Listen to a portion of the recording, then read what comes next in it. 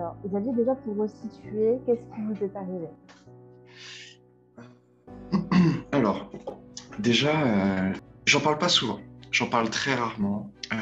J'ai commencé mon métier sans en parler, alors que ça pourrait être intéressant d'en parler pour expliquer ce qui se passe dans le monde subtil, toutes ces choses-là.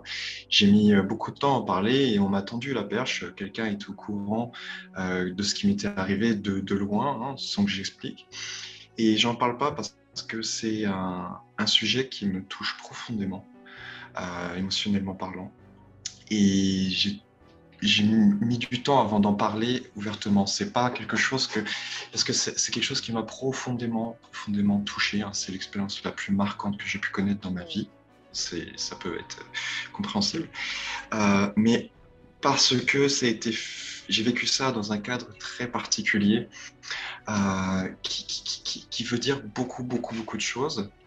Mais en somme, si je donne le cadre, c'était pendant une soirée avec des amis, aussi un petit peu la famille. J'avais mon frère, ma sœur, cousin, tout ça. Enfin, un cousin, voilà, et puis quelques amis. Et qu'est-ce qui s'est passé? C'est que bon, on m'a proposé, comme à tout le monde, de consommer des champignons hallucinogènes. Mhm. J'en avais jamais pris. Mhm. Mhm. Je n'en ai jamais repris, j'ai jamais pris quoi que ce soit d'autre dans ma vie, vraiment. Les drogues, enfin, ce genre de choses, ça n'a jamais été, j'ai jamais eu d'intérêt pour ça. Ouais. Et cette fois-ci, je me suis dit pourquoi pas. Mais un peu bêtement, je me suis dit bah, tant qu'à y aller, autant y aller à fond. Et Mhm. oui. Et en fait, il y avait de mémoire, je dirais, l'idée c'est que on devait en prendre deux, admettons. Et moi, j'ai dit, j'en veux encore. Et à chaque fois, je revenais vers celui qui en donnait et je lui dis, donne-moi encore, ça ne fait rien, ça ne fait rien, ça ne fait rien. Et j'en ai mangé 4, 5 fois la dose normale. Ce qui était finalement énorme, énorme, énorme, énorme. C'était même lui qui était Mhm. un habitué, tout ça, il n'a jamais pris ça, et même la moitié, c'était déjà énorme pour lui, D'accord. pour un habitué. Et finalement, ben, j'ai pas eu d'expérience hallucinante ou quoi que ce soit, d'effet ou quoi que ce soit euh, avant le moment où j'ai connu mon EMI. C'est allé tout de suite à cet état, c'est-à-dire que j'étais vraiment en fait, il y avait des effets qui venaient déjà. On a du mal à se décider de quelque chose. On a du mal à vouloir. Là, je parle de ce qui se passe, et ce qui se déroule. Il faut vraiment rentrer dans le processus. Et euh, l'émotion était pas contrôlable. C'était pas forcément agréable. Il y avait pas grand-chose d'amusant. Et puis, il y a un moment où je me suis dit, il y a quelque chose qui va pas. Il y a quelque Mhm. chose qui va pas vraiment. Ça va pas là. J'étais conscient. J'étais conscient de tout.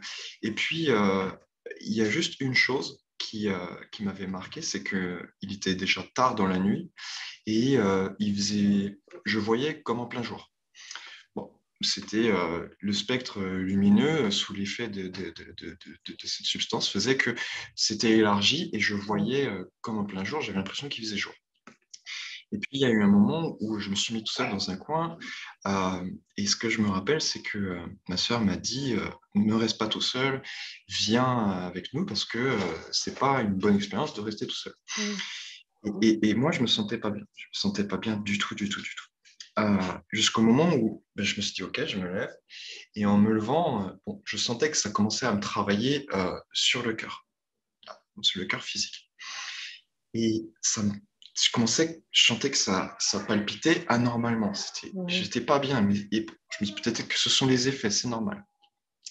Et puis finalement, ce qui s'est passé, c'est que je me suis levé et au moment où je voulais dire ça va pas, j'ai pas eu le temps de dire plus que ça va et après ça s'est arrêté. D'accord. Et là, il s'est passé ce qui s'est passé, c'est-à-dire que en fait, je suis physiquement, je me rappelle pas de ce qui s'est passé. Par contre, je me rappelle parfaitement de ce qui s'est passé ensuite. C'est-à-dire Mhm. que je me suis retrouvé en dehors de mon corps, D'accord.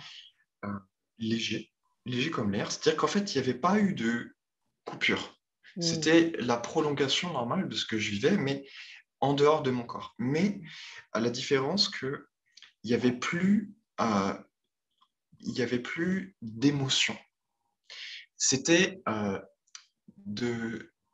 J'étais retourné à une sorte, si on peut exprimer ça en mots, c'était de l'amour total, de l'amour universel. C'était vraiment D'accord. une pleine conscience, mais une conscience détachée de la conscience émotionnelle, de ressenti, de tout ce qui est physique, chimique, quoi, tout ce qu'on peut Ouais. vivre sur le plan nerveux, hormonal et même énergétique. Même énergétique, avec les centres énergétiques, tout ça. Ouais. Même ça, c'était détaché de ça. C'était D'accord. vraiment... il n'y avait plus d'émotion. Plus d'émotion, mais complètement, par contre, dans l'amour inconditionnel, dans l'amour divin, dans quelque chose de supérieur. Et j'ai cette image de voir tout le monde autour de mon corps en mode cérémonial, quoi. Je veux dire, vraiment comme s'ils étaient en mode prière autour de moi, quelque chose de très à genoux, je sais pas, c'était vraiment l'image que j'avais. C'était ça, et moi j'étais allongé comme ça. Euh, et donc, je voyais cette image. Mais je n'avais aucun... Ça ne générait pas d'émotion, moi. C'était vraiment, j'étais détaché. C'est vraiment, on est détaché de tout ce qu'on était juste 5 secondes avant. C'est neutre. C'est-à-dire que, ouais, Vous étiez neutre, juste observateur, en fait. voilà. Voilà, J'avais sans. pas, j'avais pas de prénom. J'avais pas, enfin, j'étais plus rattaché à mon prénom. J'étais plus rattaché à mon corps.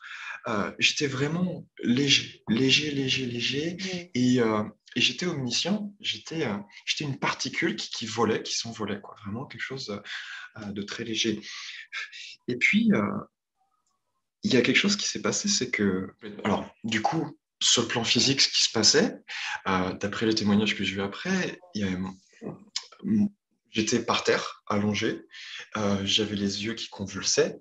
Le système nerveux, il était en train d'essayer de Oui. faire quelque chose pour vivre. En fait, euh, les, les substances que j'avais prises, qui étaient issues de ces champignons là, elles avaient agi, donc c'est allé dans le sang, et c'était en trop grande quantité. Du coup, Mm. ça faisait comme si on avait mis du sable dans un moteur.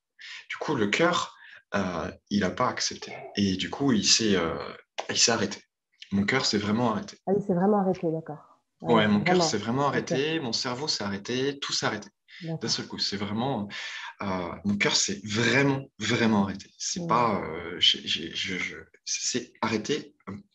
Il pouvait plus fonctionner. Là, il y avait un truc qui a tout enrayé dans mon Mm. cœur. Euh, C'était une overdose pure et simple. C'est-à-dire que le cœur Ah n'était oui. plus fonctionnel. À Mm. cet instant-là, le cœur n'était plus fonctionnel, le cœur physique.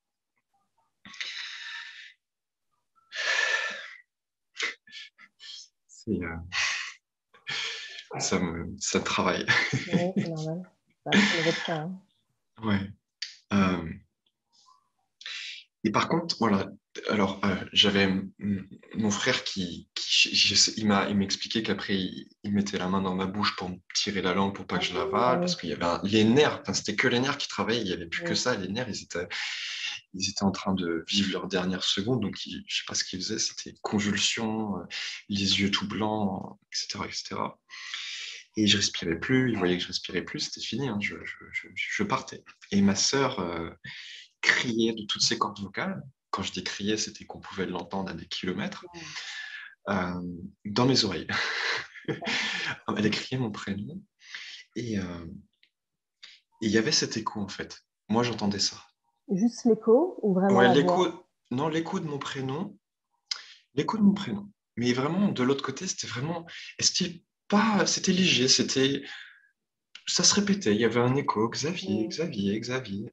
Un peu sourd le son, du coup, un peu Un étouffé. peu, ouais, un petit peu étouffé, mais euh, quand même, ça a généré en moi cette impulsion de me dire, mais pourquoi tant de... En fait, j'ai posé une question de l'autre côté là. J'ai Ouais. posé une question, mais cette question elle était issue d'un ressenti quand même, mais pourquoi?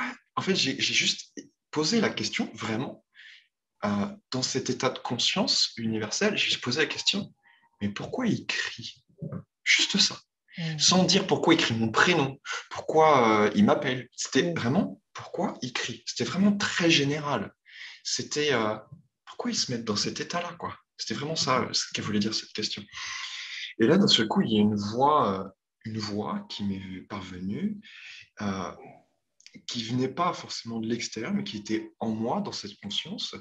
Une voix qui m'a parlé et qui m'a dit, tout simplement, qui m'a répondu, la réponse suivante, c'était,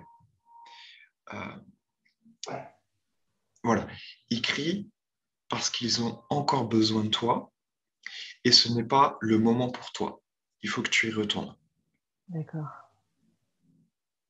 Et cette voix, c'était une voix qui était, comment dire, identifiée comme étant femme, homme, ou plutôt vraiment... C'était alors plutôt homme. C'est intéressant Ouais. parce que c'était plutôt homme pour le coup. Ouais.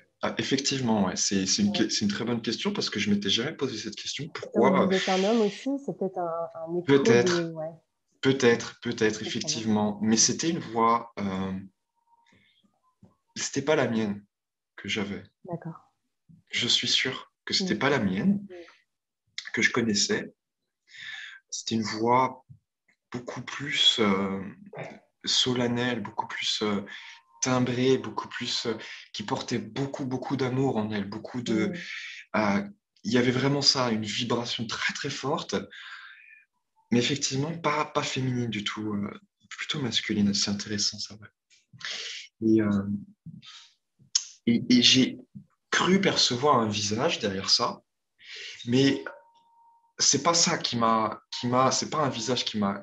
Alors le visage était plutôt grand, mais euh, c'est la voix, je suis sûr et Ouais. certain. Le visage, euh, ça me dit quelque chose. Mm. Je me suis, parce qu'en fait, l'événement qui est eu après, c'était ça qui a été le plus fort pour moi. Euh, En fait, aussitôt que on m'a dit, ce n'est pas ton heure, il faut que tu y retournes. Aussitôt que ça a été dit, je suis retourné dans mon Encore. corps. Je Ah suis ouais. retourné dans mon corps. Et c'est là que l'étape la Mm. plus douloureuse est apparue, est arrivée en fait. En fait, quand ça se passe, ce moment, on est en pleine conscience. C'est-à-dire que j'étais Mm. vraiment en pleine conscience, mais c'est une conscience pas humaine. C'est une D'accord. conscience vraiment totale. Et j'ai vécu cette transition de réintégration, hein, de réincarnation, euh, dans cette pleine conscience. Ça veut dire qu'en fait, cette pleine conscience, elle marque une forme d'élasticité du temps. Mm. C'est-à-dire qu'en fait, je voyais euh, tout ce qui... Voilà, c'est vraiment ça, c'est très très spécifique de ce que j'ai remarqué par rapport à cette expérience, c'était l'élasticité du temps, c'était qu'en fait, on ne voit pas ce qui se passe seconde après seconde, on voit ce qui se passe milliseconde après milliseconde. Je vois. C'est vraiment, on est chaque c'est comme dans le film, là, il y a, je sais plus, par exemple dans les X-Men, il y en a un qui court très très vite. Oui. Et puis il fait des trucs quand il se promène, il peut Ouais, manger ouais. un sandwich entre temps, il voit les autres, tout ça. Et ben c'était ça. C'est-à-dire qu'en D'accord. fait, je voyais tout ce qui se passait, j'ai vu toute la réintégration se faire.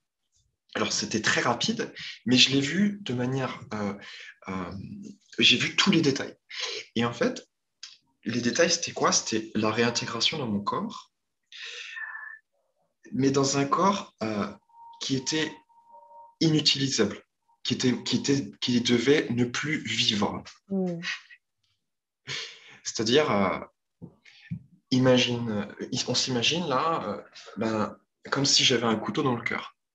Là, la douleur de ce que ça peut faire, ben, c'était ça. Mais J'imagine, ouais. de rester dans son corps avec cette douleur. Mm.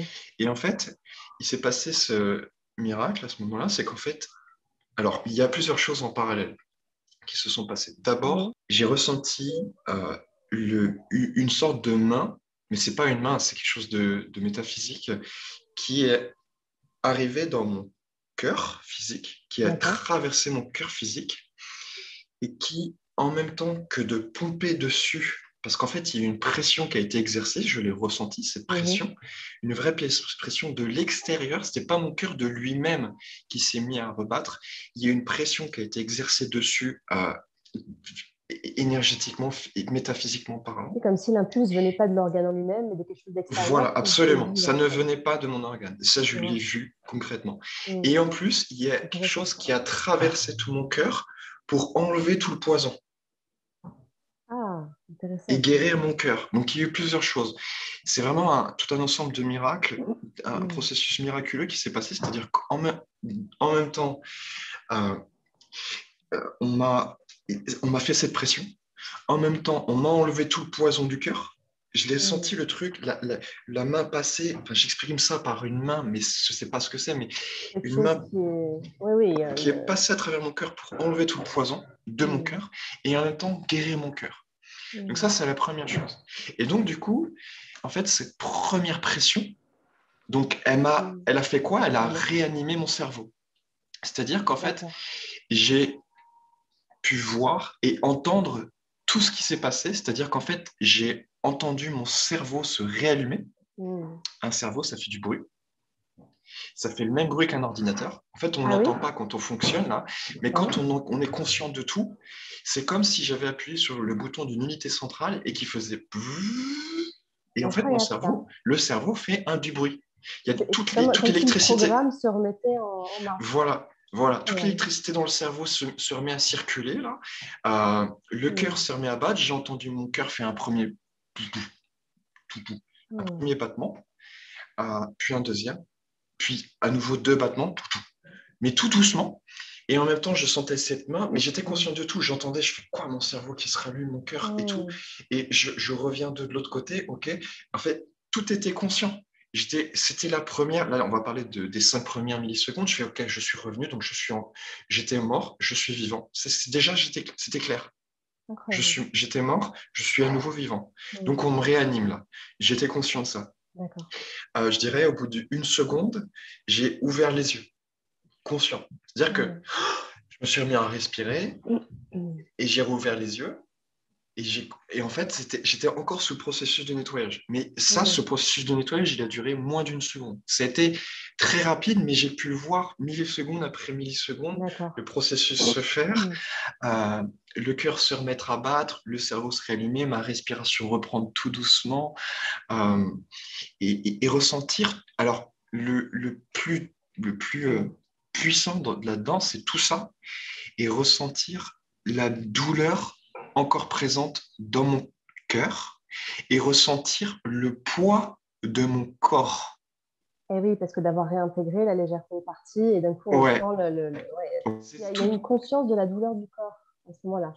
oui, qui est revenu très nettement, mais qui D'accord. vraiment qui marque. Mais tout ça, c'était continu vraiment dans la conscience de l'âme, je pense, parce qu'en fait, c'est l'âme qui s'est extraite de ça. Mm. Et en fait, l'âme, elle est présente, elle est revenue se rattacher au système énergétique. Et il y a une conscience qui est restée bien. C'était continu quand même, cette histoire. Il n'y a pas un truc qui s'est. Pour moi, ça a été vraiment continu, mais euh, hors physique, retour dans le physique. Vraiment, retour dans le physique et très, très conscient. Et en fait, donc vraiment, tout cet ensemble de choses qui étaient. Et du coup, bon, après, on va accélérer le processus. Là, je reviens à moi. Mm. J'entends écartez-vous, il revient à lui. Donc tout le monde s'écarte. Et là, je dirais au bout de 4-5 secondes, je respire. Et qu'est-ce que je fais? Le premier réflexe que j'ai, je me mets debout et je regarde autour de moi comme ça. Et là, je dis une chose. Je dis à voix haute, je dis maintenant, plus rien ne sera jamais comme avant. C'est-à-dire qu'au moment, au moment où je me mets debout, je me dis, ça, on n'en a pas parlé de ça. Mm. On m'a jamais parlé de Mm. ça, on m'a jamais expliqué ça. Et j'ai Mm. dit à voix haute, maintenant, plus rien ne sera jamais comme avant. C'est bon. Ouais, ça pique.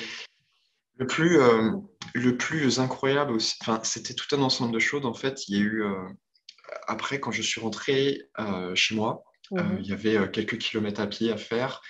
Il y a eu un microclimat qui s'est créé au-dessus de moi avec un nuage.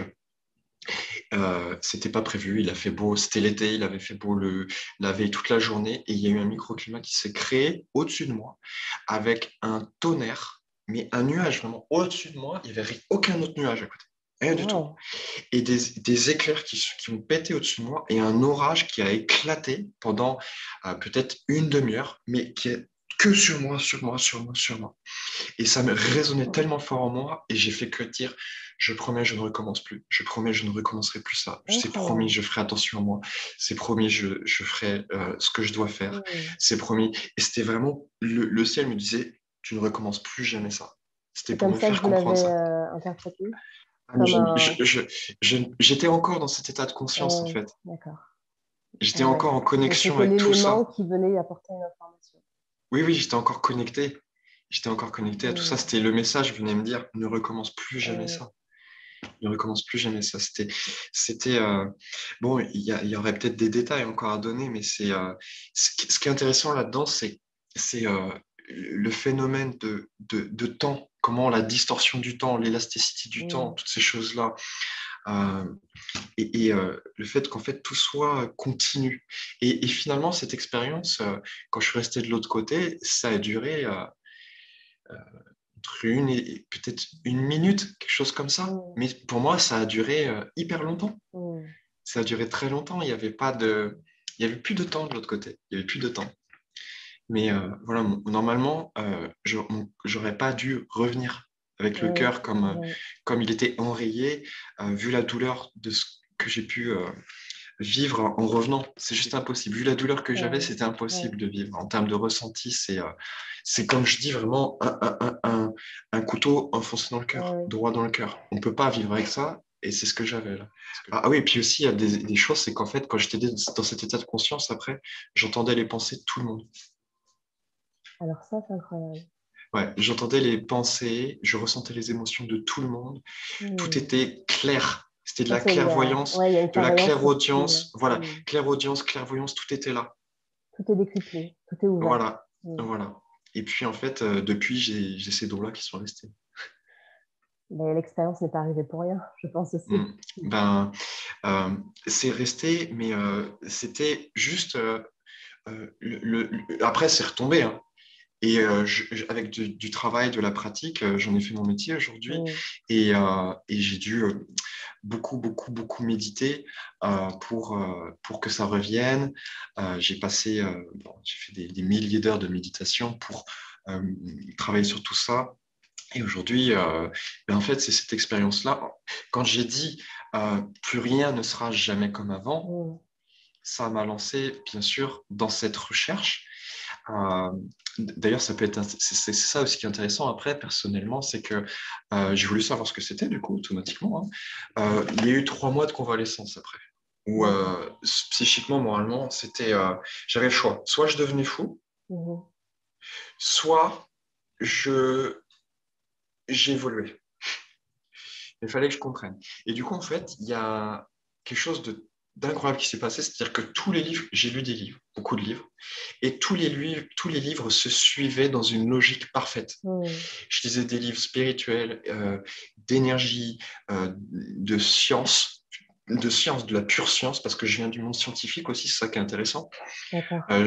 À ce moment-là, j'étais en fac. Alors, j'ai fait un BTS en système électronique. Je voulais devenir ingénieur électronique à la base.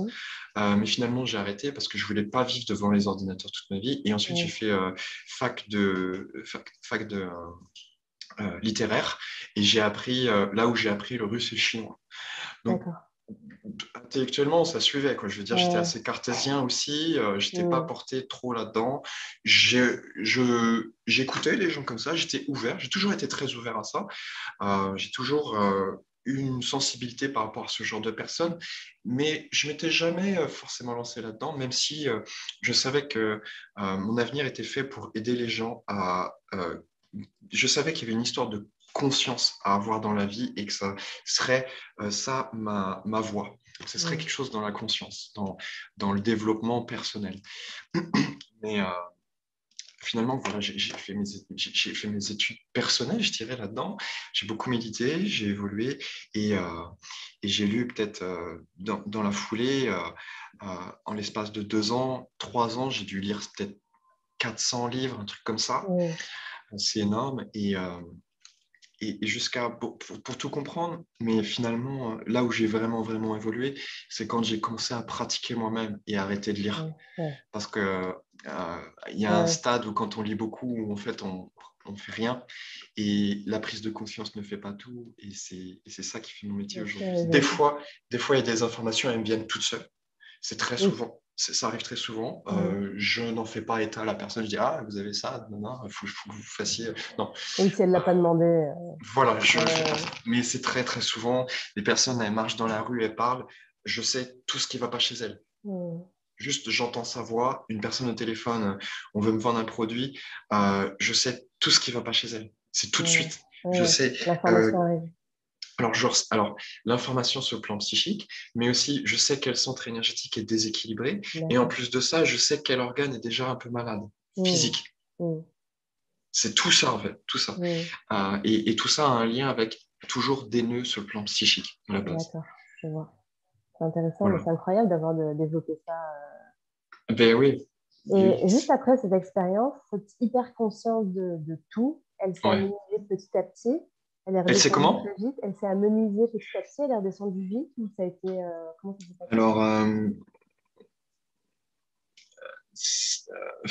il y a plusieurs types de conscience par rapport à cette expérience. Il y a le choc en fait après.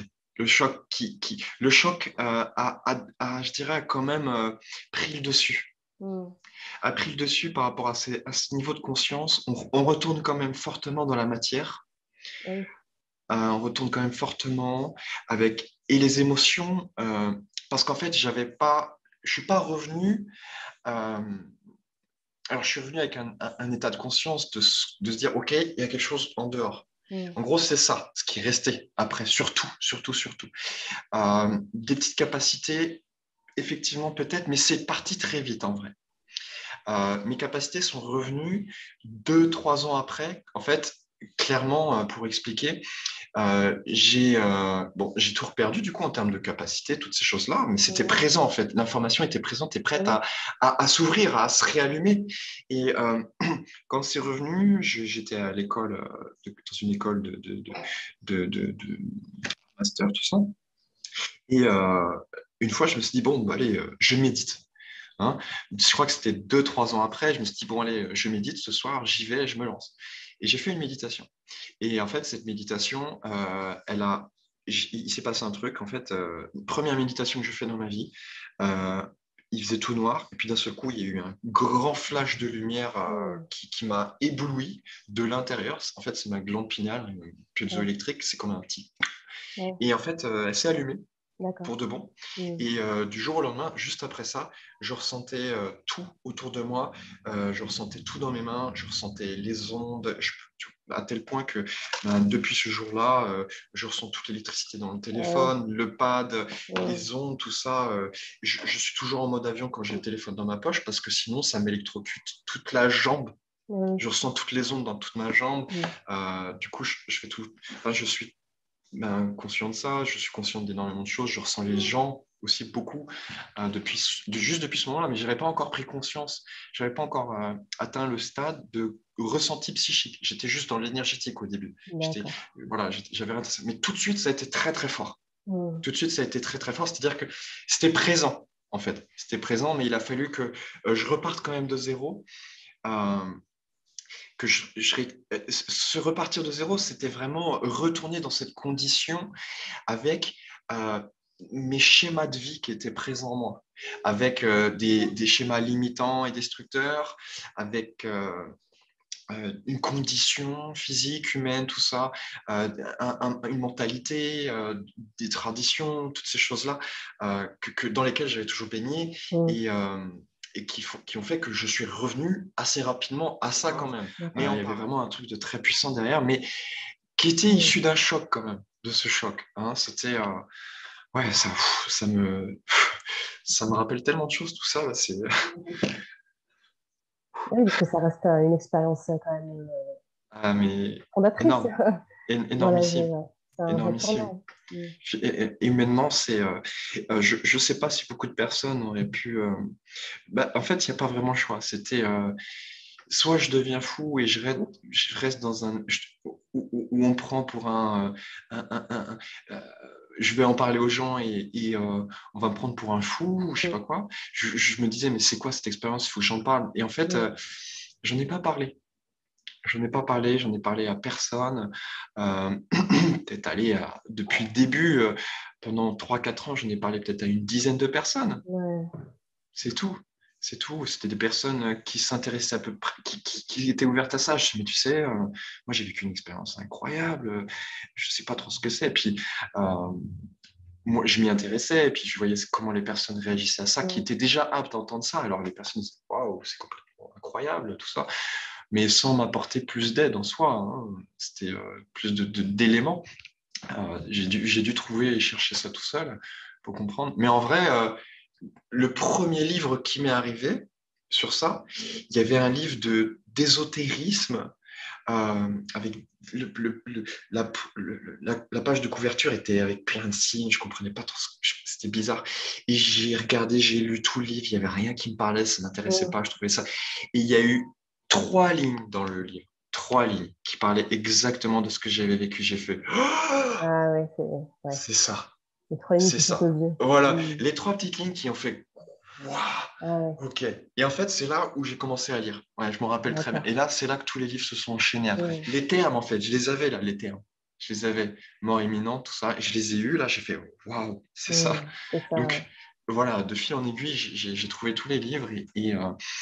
Après, il y a beaucoup, je pense, beaucoup de choses romancées, beaucoup de choses. Je pense aussi que chacun vit avec sa façon de voir les choses. Oui, je compris. Euh, Mm.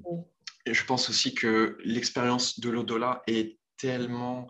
Il n'y a pas une expérience et tout le monde vit la même chose. Je pense que dans l'au-delà, c'est extrêmement vaste Mm. ce qu'on peut vivre. C'est extrêmement vaste. Euh, le, moi, je dis que il n'y a pas c'est illimité. C'est limité. Là, nous, déjà, on est dans un mental, c'est-à-dire qu'on interprète tout en fonction d'un diapason de conscience, un diapason lumineux de ce qu'on Mm. voit avec les 5 sens, un spectre lumineux, pardon, un spectre lumineux, un diapason d'ouïe, toutes ces choses-là. Et en dehors de ça, c'est juste de l'extrasensoriel, c'est tout le reste, mais de Mm. manière illimitée, c'est-à-dire que il y a pas de limite par rapport à ce qu'on peut vivre de l'autre côté. Il n'y a pas de limite. Et moi, c'est ça qui m'intéresse aujourd'hui en termes de développement personnel et spirituel, et que c'est vers ça que j'amène les personnes en stage, aussi bien personnellement, en séance qu'en stage, c'est vraiment de les amener à un état d'esprit que, ok, on est conditionné, mais malgré ce conditionnement, on peut euh, atteindre une conscience qui tend vers l'illimité, que ce Mhm. soit bêtement de gagner de l'argent, comme de développer ses propres capacités, de Mhm. faire jaillir sa lumière, sa pépite, sa force personnelle, qu'elle soit psychique, intellectuelle, euh, et d'être à la bonne place sur cette planète, Ouais, d'être à c'est la ça bonne place au surtout. bon Mm. endroit, tout ça, que chacun fasse ce qu'il doit faire. C'est ça, c'est vers ça que j'amène Mm. chaque personne qui vient me Très voir. intéressant. Et il Voilà. y a une chose, c'est que et c'est aussi, donc je trouve ça intéressant parce que souvent les témoignages évoquent justement cet ailleurs où il y a beaucoup d'amour, où tout est Mm. très plein, enfin, etc. Puis cette hyper-conscience. Mais ce qui n'est pas toujours évident, c'est quand on revient dans le corps et qu'on revient dans son incarnation, dans la vie, c'est d'accepter à niveau de se limiter à ça quand on a connu plus grand. C'est vraiment ça le choix. Quand je disais tout à l'heure, le choix, je fais le choix de rester dans mon conditionnement dans lequel j'ai toujours vécu, Mm. c'est-à-dire on est conditionné à vivre sous le dogme de la culpabilité, de la victimisation, toutes ces formes-là qui sont des schémas limitants, Mm. et ou bien de faire jaillir sa force personnelle, Mm. de faire jaillir toute la puissance de l'âme à travers le corps humain. Mm. C'est ça le choix, c'est vraiment ça que j'ai décidé. Moi, je me suis dit, et finalement, quand on y arrive, c'est fabuleux et on ressent. Ça aussi, c'est quelque chose que j'ai gardé aussi longtemps avec moi, c'est une Mm. sorte de fardeau, un poids, effectivement. Je me cache pas que j'ai eu des fois, sans le vouloir, mais des pensées qui me disent ce serait plus simple d'en arrêter là. Ouais. C'est vrai, hein? Parce que ça demande beaucoup d'efforts. C'est vrai, mais c'est juste des petites pensées. C'est-à-dire que ça pourrait s'arrêter là. Mm. mais finalement, l'âme, elle veut vivre et je sais le Ouais. message que j'ai eu, je sais que c'est trop important, je sais qu'il y a plein d'êtres humains, je sais que ma mission est importante, même si je touche qu'une petite minorité et ça me va, c'est très bien. Euh, mais euh, c'est ce poids qui est resté quand même assez longtemps et qui part réellement quand on est à sa place, quand on répond à sa mission de vie, quand on est en contact avec son âme direct, Mm. en contact direct. C'est que à ce moment-là que ce poids part. Mais avant, effectivement, c'est lourd. Ça reste lourd longtemps. Ça reste lourd longtemps. Et pratiquement, si on doit porter un masque d'une personne qui peut se porter bien, qui se porte joyeuse, ou je sais pas. Et effectivement, pour pas vivre ce poids-là, des fois on est obligé de porter un masque jusqu'au jour où vraiment on comprend qu'il n'y a plus besoin de porter le masque, il Ouais. suffit juste d'être en lien avec son âme, parce que quand on est en lien, et c'est ça, ça c'est vraiment ce que je veux transmettre, ça c'est vraiment l'information que je veux transmettre par rapport à ça, c'est que ça sert à rien de vouloir retourner vers le divin quand on peut le faire vivre en soi. Oui, bien sûr. Et quand on vit en soi, c'est quand on répond à sa mission de vie, quand on est en contact avec, quand on répond à sa mission de vie, on est en contact avec son âme, on est au bon endroit au bon moment, on vit la joie, on vit le bonheur à la bonne heure, au bon moment, au bon Mm. endroit, tout Mm. ça. On est présent ici et maintenant. On n'a pas besoin de se projeter, d'aller dans l'avenir, dans le futur. Tout va bien là. Mm. Et on n'a plus besoin d'être pressé. Et je sens j'en suis qu'au début de ça, de ressentir cette grande euh, ferveur, cette gratitude face à la vie, cette gratitude euh, de cette expérience qu'on peut vivre Ouais. incarnée. C'est vraiment ça, le mot, la gratitude que j'ai et qui aujourd'hui me sert à aider de plus en plus de personnes et où j'y mets Mm. tout mon cœur, Mm. toute mon âme, toute mon énergie. Voilà, c'est ça que je pense qu'il serait vraiment intéressant de transmettre, que vraiment je transmets déjà moi-même par rapport à ce poids, cette idée-là. C'est vraiment, ouais, c'est très très fort. Et du coup, c'est important parce que c'est double, c'est aussi bien personnellement pour se détacher de ce poids, mais aussi pour les autres. Parce que du coup, ben, ça aide les autres. Hein.